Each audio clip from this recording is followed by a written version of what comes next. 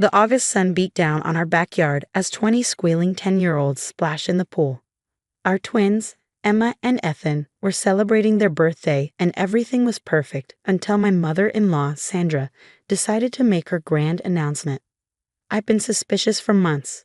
The way she dodged our questions about the college fund she promised to set up, the mysterious investment meetings she claimed to attend, the subtle hints about her financial expertise. But I hadn't expected her to choose today, of all days, to make her move. "Everyone, gather round," Sandra called out, standing by the pool in her designer swimsuit and full makeup. "I have a special birthday surprise for my precious grandchildren." My husband, Tim, looked up from where he was grilling burgers and gave me a worried glance. He knew that tone in his mother's voice, the one that usually preceded some grand gesture that was more about her than anyone else. The parents of our twins' friends gathered closer, many already impressed by the elaborate pool party Sandra had insisted on helping us organize, help that mostly involved her telling everyone how much everything cost. "As you all know," Sandra continued, champagne glass in hand, "education is everything in the Wilson family. That's why I'm thrilled to announce that I secured Emma and Ethan's future." I felt my stomach clench as I reached for my phone. $100,000, she declared proudly, invested in a special high-yield account that will grow until they're ready for college.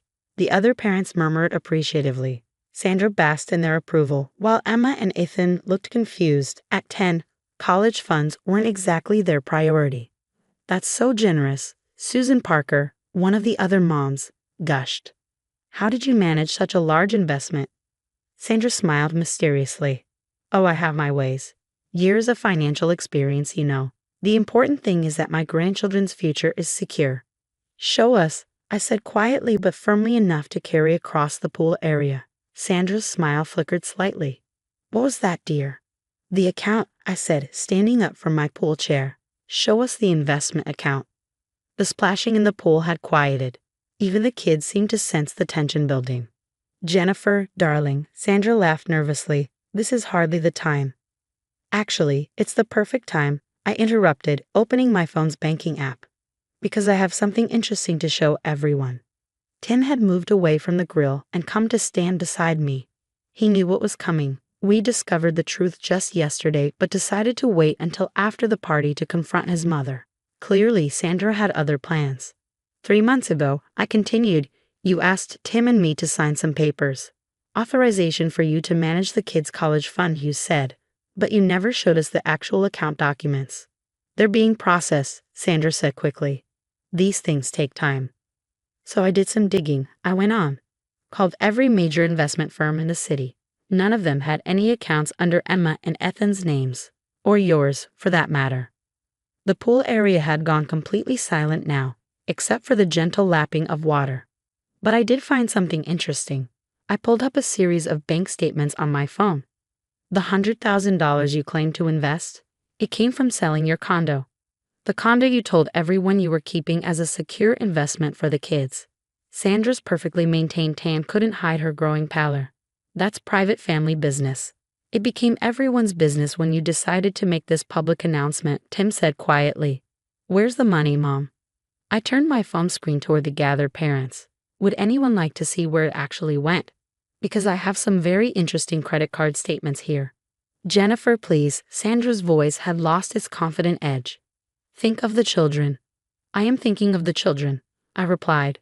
"I'm thinking about how you sold their supposed college fund condo and spent it all on a 6-month luxury cruise around the world." The gasps from the other parents were audible. Emma and Ethan had climbed out of the pool, dripping and confused as they watched their grandmother's perfect facade begin to crack. "It wasn't like that," Sandra protested. "I needed a break that cost exactly $100,000. Tim asked. "The same amount you claimed to invest for our kids' future." I scrolled through the credit card statements. First-class airfare to Venice, presidential suite on the Crystal Symphony, shore excursions in every port, private tours, spa treatments, luxury shopping. "You don't understand." Sandra's voice was rising with panic. "I was going to pay it back." "With what money?" Tim demanded. "The money from the condo is gone. The money you claimed to invest never existed. What else have you lied about, Mom?" The party had devolved into chaos. Parents were whispering, kids were staring, and Sandra stood there, her champagne glass trembling in her manicured hand. Everyone inside, pizza's here. Tim's sister Amanda called out, trying to salvage what was left of the children's party. As the kids scrambled out of the pool, leaving a trail of wet footprints across the patio, the adults remained frozen in place. Perhaps we should discuss this privately, Sandra said, attempting to regain her composure. Like when we tried to discuss it last month? I countered. Or the month before? Or every time we asked about the investment paperwork? Amanda joined us, holding her phone. I've got something to add to this conversation, she said grimly. I just checked my kids' accounts, the ones you said you'd set up for their college funds too. Sandra's face went even paler. Amanda, sweetie. Let me guess. I interrupted. Another 100,000? Did you make grand announcements at their parties too? Amanda nodded. Except she told us it came from selling her beach house. The one she claimed would be split between all the grandkids one day. Tim ran his hands through his hair in frustration. How many properties have you sold? Mom? How many fake college funds have you promised? Sandra sank into a nearby pool chair, her perfect poise finally cracking. You don't understand the pressure I've been under since your father died.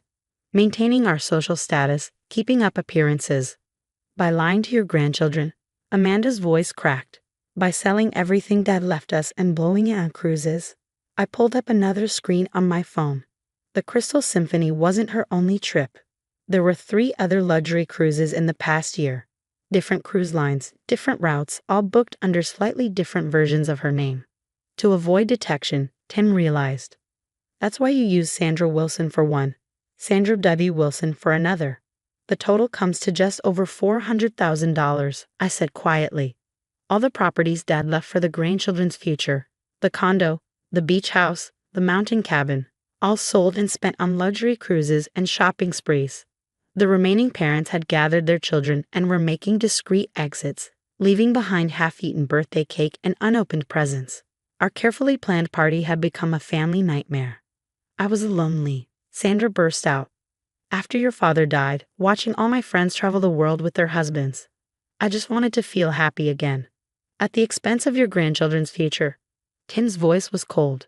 Using our kids as props in your social performance, making grand announcements about money you'd already spent. Amanda checked her phone again. The beach house sold for $2 million. Mom. Where's the rest of the money? Sandra's silence was damning. Show us your credit card statements, I said. All of them. I can't, she whispered. Because they're maxed out? Amanda asked. Is that why you've been pushing us to add you to our children's bank accounts? For investment purposes? The truth hit me like a wave of cold pool water. You're broke, aren't you? All those properties sold, all that money gone, and now you're looking for new sources of cash. Sandra buried her face in her hands, her expensive diamond rings catching the sunlight. I just needed to feel alive again, to feel like someone who mattered. You mattered to us, Tim said quietly. To your grandchildren. But you chose luxury cruises over their future. I'll make it right, Sandra pleaded. I have a plan. No more plans, Amanda cut her off. No more lies. We're calling a family meeting tomorrow. All the siblings, all the documentation. We need to know exactly what's left, and what you've taken. Inside we could hear the kids laughing over pizza, blissfully unaware that their college funds had been spent on Mediterranean cruises and designer shopping sprees. Emma and Ethan's 10th birthday would always be remembered as the day their grandmother's web of lies unraveled by the pool. What do we tell the children? Sandra asked weakly. The truth, I replied. Something you should have tried a long time ago. As Sandra gathered her things to leave, her designer beach bag heavy with the weight of exposed lies, I thought about all the elaborate stories she'd told, all the grand announcements she'd made. Each one had been a performance, a way to maintain her image as the generous, wealthy grandmother. But performances eventually end, and when the curtain falls, all that's left is the truth. 3 months after the pool party revelations, we sat in our living room for another family meeting. The twins were at school, blissfully unaware of the adult drama unfolding in their absence. The stack of papers on our coffee table told the full story of Sandra's deception, and it was worse than we'd imagined. $5 million. Amanda read from the forensic accountant's report. That's the total amount from all the property sales, investments, and accounts Dad left for the grandchildren. And it's all gone, Tim added quietly. Every penny spent on cruises, shopping sprees, and maintaining appearances. Sandra sat in a corner, a shadow of her former self. Gone were the designer clothes and flawless makeup. She'd been staying with her sister since the truth came out. Her own home was now in foreclosure. The good news, I said, pulling out a folder, is that we managed to freeze what's left of her latest cruise booking. That's $40,000 that can go back to the grandchildren. 40,000 out of 5 million, Amanda said bitterly. Not exactly the college fund we were promised. Sandra stirred in her chair. I've applied for reverse mortgages, looked into investment opportunities. No, Tim cut her off firmly. No more schemes. No more financial plans. You've lost that right. I opened my laptop and pulled up a spreadsheet I created. We've worked out a plan. Tim and I have started new college funds for Emma and Ethan. Small deposits every month. Legitimate investments this time. We're doing the same for our kids, Amanda added. It won't be the lavish fund you promised them, Mom, but at least it's real. Sandra began to cry softly. I never meant to hurt them. After your father died, keeping up with our social circle seemed so important. The cruises, the shopping, the lifestyle. It became an addiction. An addiction that cost your grandchildren their future, Tim said. But that's not even the worst part. The worst part is the lies. Making grand announcements at their parties, giving them false hope, using them as props in your social performance. I thought about Emma and Ethan's faces when they finally understood what had happened. Not anger, but confusion. Why did Grandma lie? They'd asked. We hadn't had a good answer. The therapist says it's a form of narcissistic behavior, Amanda said, referring to the family counseling we'd all been attending. The need to be seen as the generous, wealthy matriarch was more important than actual generosity. Sandra wiped her eyes with a tissue. I want to make it right. Please, there must be something. There is, I said, pulling out one final document. You can sign this. What is it? A confession, Tim explained. A detailed account of every property you sold, every false promise you made, every dollar you spent. We're not pressing charges, but we want this on record. And, Amanda added, you'll agree to financial oversight. No more access to any family accounts. No more grand announcements. No more lies about money. Sandra's hands trembled as she took the pen. What will people say?